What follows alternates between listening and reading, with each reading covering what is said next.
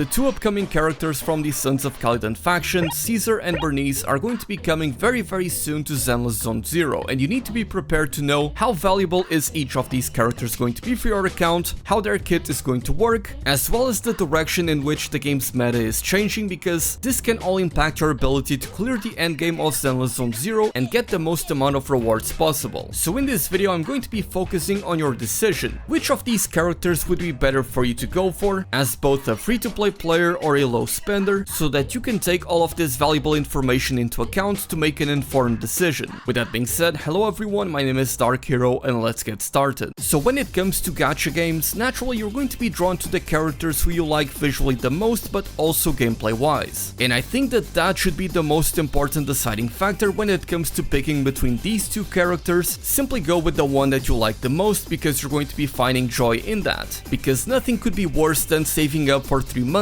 for a character just because they are strong or they are the new meta flavor of the month, only for you to not end up liking them visually or gameplay wise. I have made that mistake once in Genshin and never again.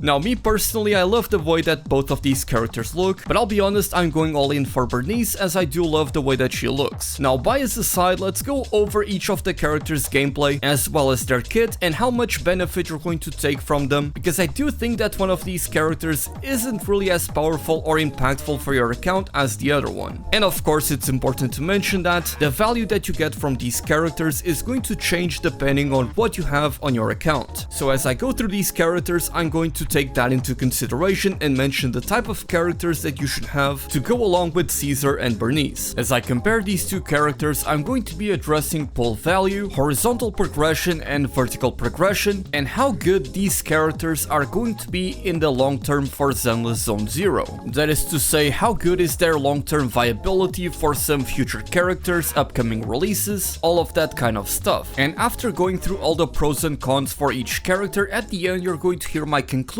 as to which character you should be pulling for. So let's start with Caesar King, our first limited S rank defender, and she is definitely a very appealing character, not just for her assets, but also the value that she brings to the table, as Caesar is going to be the type of character that can fit into just about any team composition, and I really do mean any team comp, as she'll be able to not only increase the damage output of your team, but also their survivability, on top of being an efficient grouper, making it far easier for you to hit multiple enemies at once. She's a pretty simple character to play, albeit with a satisfying playstyle, and might just be one of the most flexible units in the entire game. There could be no better PR for the defender class than Caesar, as she's really putting in the work here. With that being said, let's get into the details. Caesar's biggest mechanic is her unique and very powerful team-wide shield that lasts for 90 seconds, which is a crazy long duration. Additionally, the shield's value is equal to 1400% of Caesar's impact stat, so that is the stat that you will be focusing on her build, on top of an additional flat 1400, and will also make you uninterruptible. What's more is that any single instance of damage will not be able to go through that shield, which helps you be more survivable. Now, this shield isn't here just for the survivability, as it also provides a meaningful 1000 attack increase, which, mind you, is the highest amount of attack that Soukaku can provide to a character. And if you happen to lose the shield for whatever reason, let's say you suck at parries or dodging, the buff from the shield will remain for an additional 5 seconds, so maintaining the uptime on this buff is going to be very easy. And you get all of this from, again, a 90-second shield, which sounds amazing, and thankfully, in order to get the shield, all you need to do is to trigger a chain attack, perform an ultimate, or use either of your EX specials. So again, there's pretty much no way that you won't have the shield up all the time. Now, Caesar has 2 different EX specials, but before that, I want to talk about a really cool mechanic that she has. You see, by consuming one of your assist points which you use to parry attacks, Caesar's charged basic attack Dead End will throw her shield and quickly group up enemies, kind of like a vacuum, and the area is actually much bigger compared to similar effects like Nicole's black hole, for example, so it is a very useful mechanic to clear content like the shield defense faster. As for Caesar's EX special, it's the traditional Hoyo wall of text, but thankfully it's actually quite simple. She has 2 different versions versions of them, but they are essentially the same thing. The EX Special Parry Counter is a very low energy costing EX Special that is basically a parry that you will use to perfect block an incoming attack that, upon parrying, will provide the team-wide shield, and you have a follow-up that you can then perform by pressing the EX Special button again to knock the enemies back and trigger retaliation and naturally do some extra damage and build up days. Now the timing on the parry is very forgiving, so don't worry, even if you're not too good at timing these, you'll be able to use them. This EX Special Parry Counter only requires 40 energy to pull off, being the lowest cost EX Special in the entire game. However, the second version of the EX Special, that is the one that you can perform with less than 40 energy, called Shockwave Shield Bash. It still perfectly blocks and you still get counter damage with this version. The problem with this one, however, is that it deals a lot less damage, builds a lot less days, and doesn't provide the team-wide shield. So given the low energy costs and how Caesar is essentially going to act as a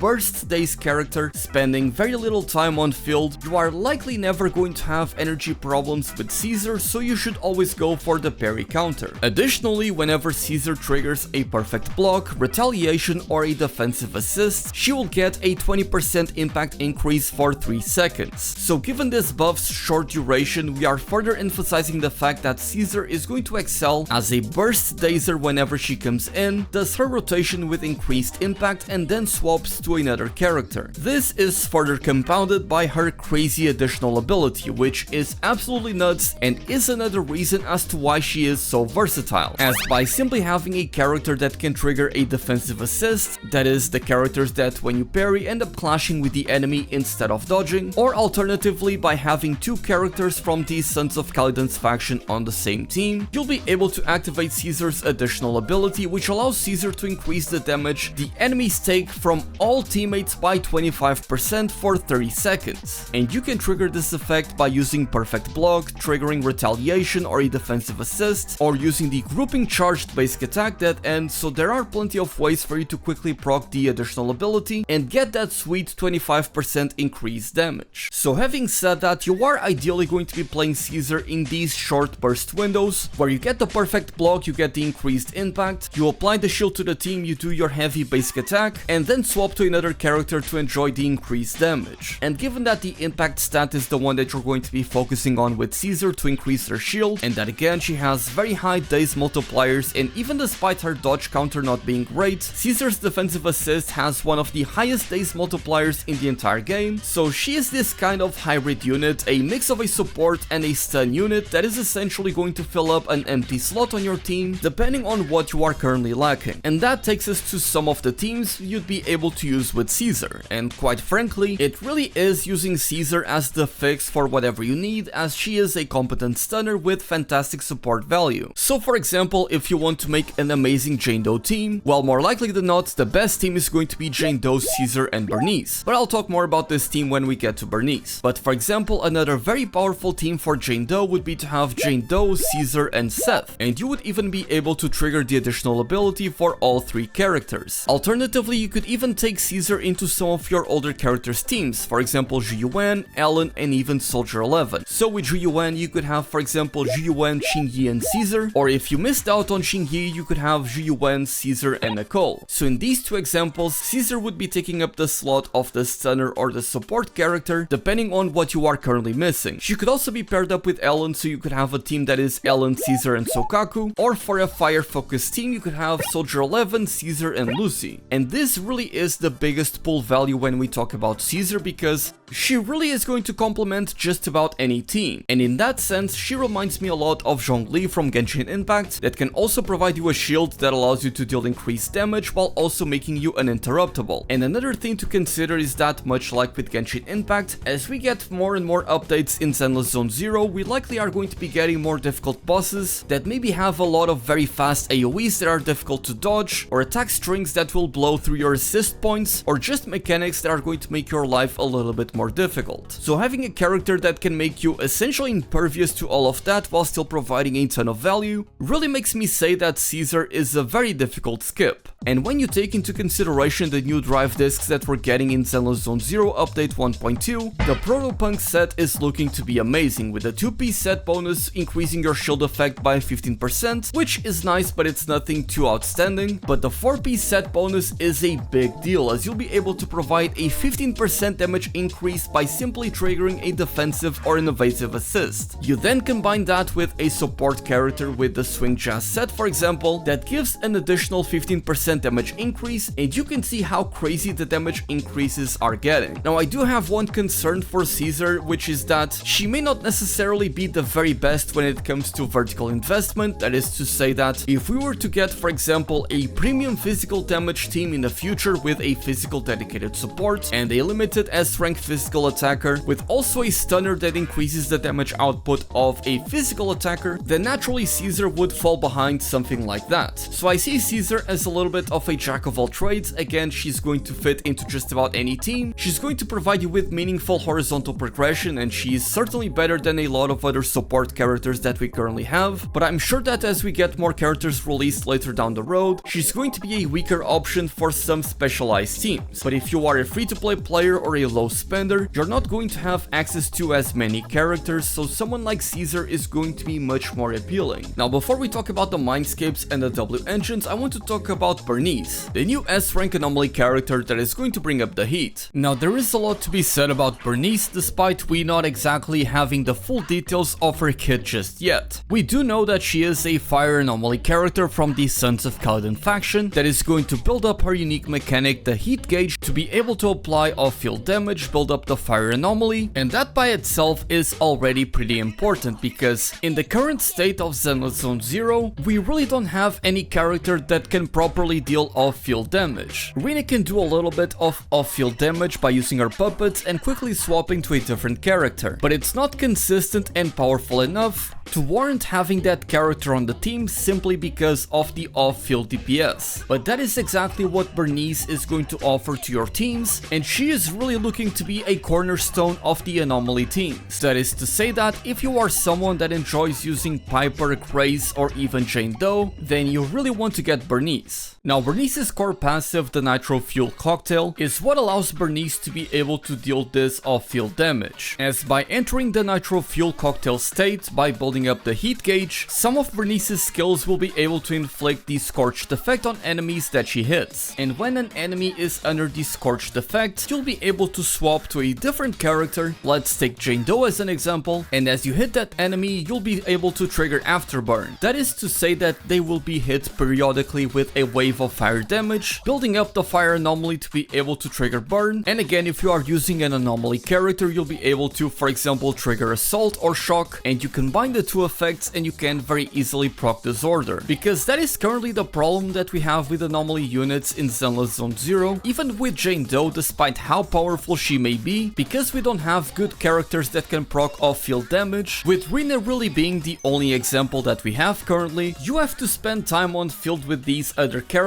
to be able to build up their anomaly, and so triggering disorder is going to be much more difficult. And thanks to the bug fix that was released in update 1.1, anomaly characters are now able to build up days whenever they trigger their anomaly effect, so it all goes into this direction of trying to fuel this machine and making it work just a little bit quicker, and Burnice really is going to be the key to that. Because if you were to take two different anomaly characters on the same team, let's say for example Jane Doe and Grace, which a lot of players were trying to do when she first released, well, what happens is that you end up having to spend a lot of field time with Grace to be able to build up the shock, and that is somewhat counterintuitive because you also want to spend a lot of on-field time with Jane Doe to be able to trigger assault, enter the passion stream state, and just deal a lot of damage. And when we take a look at some of other Hoyo vs games, we can get a glimpse of how good off-field DPS tends to be in these games. As in Genshin Impact, you have 4-star characters like Zhang Ling, as well as Ching Chou, who are still some of the best characters in the entire game, because their off-field damage is so constant and so powerful, and it allows other characters to be able to trigger these reactions and get more value from these characters and even their own kit. And that is exactly what Burnice is going to do, and I also liken Burnice to the Topaz of Honkai Star Rail, as Topaz in that game is a character that can allow other hunt characters to become a lot more powerful powerful, as she can effectively increase their damage output, especially if you have her own Lycaon. That being said, another thing to keep in mind is the brand new Chaos Jazz disc set that we're going to be getting in update 1.2, which, much like with Caesar with the Defender disc set, this one is also going to provide a significant boost to Burnice. The 2-piece bonus provides you with 30 anomaly proficiency, much like with the Freedom Blues disc. However, the 4-piece set bonus is actually very powerful. Not only does it increase fire and electric damage by 15%, but whenever there is off-field damage that is caused by EX special attacks and assist attacks, which is exactly what you're going to be doing as Burnice, that damage is going to be increased by 20%. And whenever the character that has these equipped switches back onto the field, the buff's duration is going to be extended for 5 seconds, with the lasting effect being triggered once every 7.5 seconds. So with this drive disc, not only are you going to be able to increase your anomaly proficiency and your fire damage, but it is going to be further boosted whenever you are off field or you switch back into Burnice to a very short rotation, because you have enough time to pull that off within those 5 seconds, and you'll be able to get a lot more damage out of her. There is currently no other character that is going to take advantage of this drive disc setup, but even so, if you're going for Burnice, I think it's worth it to point out how powerful this is going to make her. So the way that you're going to be playing Burnice is essentially going to be a quick swap DPS character where you go in, ideally after performing a chain attack, use your EX special and build up the heat gauge, and once it is full and you apply the scorched effect on the enemies, you immediately swap back into your main anomaly DPS and keep attacking them constantly. And each time you do, you'll be able to trigger this afterburn, making her the key to anomaly disorder team comps. So when talking about the ideal teams that would work the best with Burnice, it would be something, for example, like Jane Doe, Caesar and Burnice, that again I do believe is going to be one of her best teams, but alternatively you could go for Jane Doe, Seth and Burnice, and you have Seth there to help with your anomaly proficiency. Alternatively, Jane Doe, Burnice and Lucy is also going to work very well, and for the other anomaly characters you could go for Grace, Burnice and Seth, so you would still be able to get the additional ability from all of them, and for Piper you could go for Piper, Burnice and Lucy, and you even get a full Sons of Calidan's team. Now naturally, each time that I have one of these support characters you can replace them with Caesar, because I do believe that ultimately Caesar might perform better than any of them, but I'm just giving you different options to work with here. The point is that Burnice is going to be the pillar of the disorder anomaly teams, though you would still be able to use Burnice as an off-field DPS for an attacker, although her performance would certainly be lacking in that scenario. As such, not only is Burnice going to be a very viable character in the long term of Zenless Zone 0, as we are more likely going to be getting more on-field DPS anomaly characters than off-field anomaly characters, but due to her being able to get all of her damage output in a very short amount of time, means that even if we get more of them along the way, she is still going to be a very competent character that can even fit into some team comps like that of a main attacker DPS and not necessarily an anomaly character, so that is something else to be considered. And when talking about Burnice, we go back to a similar argument I was having with Caesar, where Burnice is going to be the ultimate vertical investment for the anomaly type of team comps. So if you are someone that has invested into Jane Doe, for example, you have gotten her W engine, perhaps multiple mindscapes for Jane Doe, and you are looking for the perfect partner to complement her, then Burnice is going to be without a shadow of a doubt the #1 option. The same would go for Grace and any other future anomaly character that we have, though Burnice is going to fall behind in priority for all other teams in the game, so she doesn't really offer a lot of room when it comes to the horizontal progression. Now that being said, let's talk about the W engines for each of these characters. Now unfortunately we currently don't know exactly what Burnice's W engine is going to be, but we do know what Caesar King's signature W engine is going to be. The Tusks of Fury is going to provide additional impact and will increase the shield value provided by the equipper by 30%. Additionally, whenever any squad member triggers an interrupt or a perfect dodge, you'll be able to increase all of the squad members' damage by 18% and the days buildup by 12% for 20 seconds, with the duration being reset each time that you trigger it. It's yet another team-wide damage increase, which is very powerful, but I would personally say that Caesar's first mindscape would actually be even better than this W engine if you are to invest a little bit more into the character, as it makes it so that whenever Caesar enters combat or switches in, she will instantly buff the entire team with the shield, and while the shield is active, enemies within a 5-meter radius of the shield bearer will suffer a 15% attribute damage reduction, effectively giving you a 15% 100% defense shred for all elements, and that is going to be more valuable from the damage that you would get from the W engine, especially considering how you're going to maintain uptime on the shield pretty much always. So if you are deciding between getting the W engine or the Mindscape one, definitely go for the first Mindscape. All the other Mindscapes are pretty good, but I personally wouldn't recommend you to go after all of them, though M6 is going to allow you to make Caesar a main DPS. I'll talk more about them in my dedicated Caesar video, but with that being said, it's time to move on to the closing thoughts. When deciding between these two characters, Caesar and Burnice, naturally go for the character who visually and in terms of playstyle you like the most, but when talking about meta viability and how much value they will bring to your account, you need to take a look and see how well built your current teams are. So for example, are you missing a good stunner? Do you not have Lycaon or Chingy, for example? Caesar would be a fantastic fix for that, and again, she's going to provide a lot of horizontal progression, so you would be able to skip out on some stunners and potentially even support characters in favor of a different main DPS character that you might be saving for. So she is definitely a very good option for free-to-play players and low spenders. Now Burnice, on the other hand, as much as I love her, unless you are going all out on anomaly teams, you're trying to get that disorder to proc and you have a well-invested Jane Doe or a well-invested Grace or even a well-invested Piper, unless you have one of these three characters that are very well built and you're trying to make a team all around them, I would not go for Burnice if you do not have those factors, because she is quite simply not going to be able to perform as well without the anomaly characters. And conversely, all anomaly characters would love to have Burnice on their team. So for Jane Doe enjoyers, the true Red Kings, if you're trying to maximize her output, then going with both Caesar and Burnice would be a really good idea, but if you can only pick one of them, then Burnice is definitely going to be the go-to option, though you certainly are going to get a lot of benefit from getting Caesar as well. Now another factor that should be taken into consideration when deciding what characters to pull for your account is the A-rank characters that are present on their banners. And on Caesar's banner, we're going to be getting Anton and Piper. Now Anton is a dedicated main attack DPS character that fits well into the electric teams, while Piper is an anomaly physical character that will benefit from Caesar but also Burnice. Now me personally, I don't like to recommend to go for any of these A-rank characters, specifically because they are A-rank main DPS characters, and as such they are going to be power crept, and we have already seen that happen with Piper, as Jane Doe is an anomaly physical DPS character that is much more powerful than Piper. Now Piper is still able to output a lot of damage, and if you manage to pull Burnice, then you're going to end up with a very powerful team, even though Piper would be the main DPS, but if you already have Jane Doe, then it would be a waste of a pull. And Anton can certainly get the job done, but I don't think the electric units are currently in a very powerful spot other than Grace, which I also believe is a much more powerful main DPS character over Anton. So when it comes to the A-rank characters, I would say that this is one of the weaker banners. On the other hand, Burnice's banner is one of the very best, if not the best banner we have seen up to date, as the A-rank characters that you're able to get from it are Lucy and Nicole, both extremely powerful support characters that I love using on different teams. Lucy is a very competent support, being able to use her piggies to build up days and deal off-field damage, while also being able to increase a character's attack. She can work well with fire teams because naturally she is a fire character, and she is currently one of the best characters that you can bring on the Jane Doe team as well, and naturally she's going to pair with Burnice very well as well. And as for Nicole, she's also an extremely powerful support character, being able to decrease the enemy's defense while also increasing the ether damage output of your team. And even if you don't have a dedicated ether character like Zhuyuan, I do believe that Nicole can also bring a lot of value to you. And me personally, I was very unlucky when Nicole was a featured character previously, as I ended up getting about 8 Ben Biggers and only one single Nicole, so this is my chance to get more copies of her. Now we're going to be getting one Lucy for free as part of the update 1.2, so if you don't have her, you are already going to be getting her, and if you do, you're going to be getting Mindscapes, of which hers are actually pretty good. So honestly, even if you're not going to be pulling for Burnice, if you don't have any pity whatsoever, I would personally still do a couple of pulls to see if I could get 1 or 2 Lucys or 1 or 2 Nicoles, because these two characters are very beneficial to my account. Let me know which character you're going to be pulling for. You guys know me, I'm going to be going all in on Burnice, and subscribe to win the next 50-50 or I owe you a piggy.